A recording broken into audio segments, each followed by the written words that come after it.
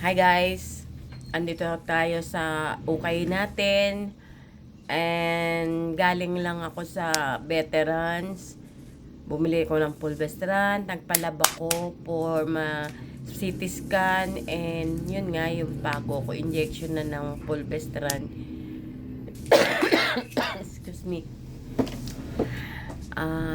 Siguro pang 9 CT scan ko na to.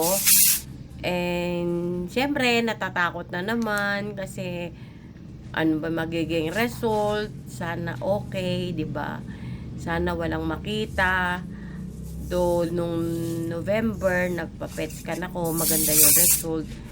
Alam naman natin na every time na laboratory tayo, andun yung takot na baka may makita, baka may dumagdag, 'di ba?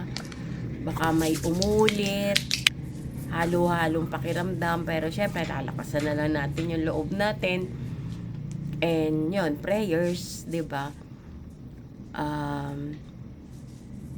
Paulit-ulit, walang katapusan. Talagang tiyagaan.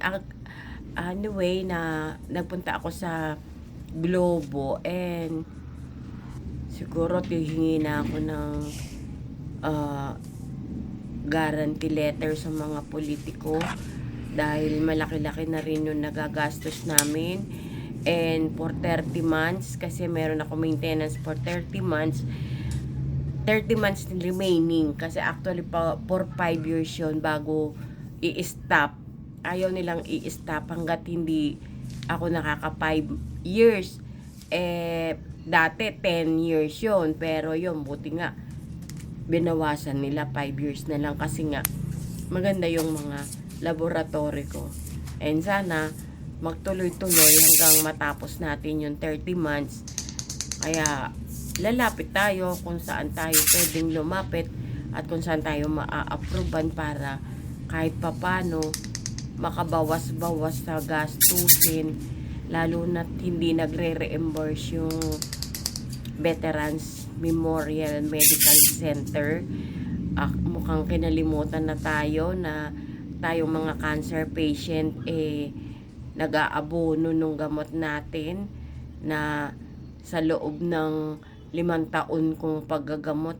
Ngayon lang ako nakaranas ng mahigit 1 taon na kung hindi nare-reimburse kasi nga ang nasa blue book ng PBAW or veterans na sagot nila kung ano man yung mga pangangailangang medisina or maintenance or ano pa mang gamutan ng mga veterano at ng dependents.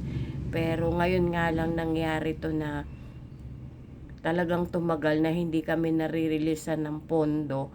Hindi katulad ng mga nakaraang administrasyon na 1 month, 2 months nare-reimburse na kami. And hindi lang naman ako yung cancer patient. Yung iba nga, milyon na daw kasi mas mahal yung gamutan nila. Pero pasalamat na lang sila na meron silang foreign aid. Ako wala. Pension lang talaga ng mister ko. And nagre-reklamo na nga din kasi syempre meron tayong gustong bilhin or may tayong pangangailangan na kailangang paggastusan pero naiipit nga yung pera natin sa gamot ko na para kaming naguhulog ng isang sasakyan buwan-buwan. Yun. Yan lang po yung update ko. And keep on praying. And God bless sa mga cancer patient na katulad ko. Fighting! Bye!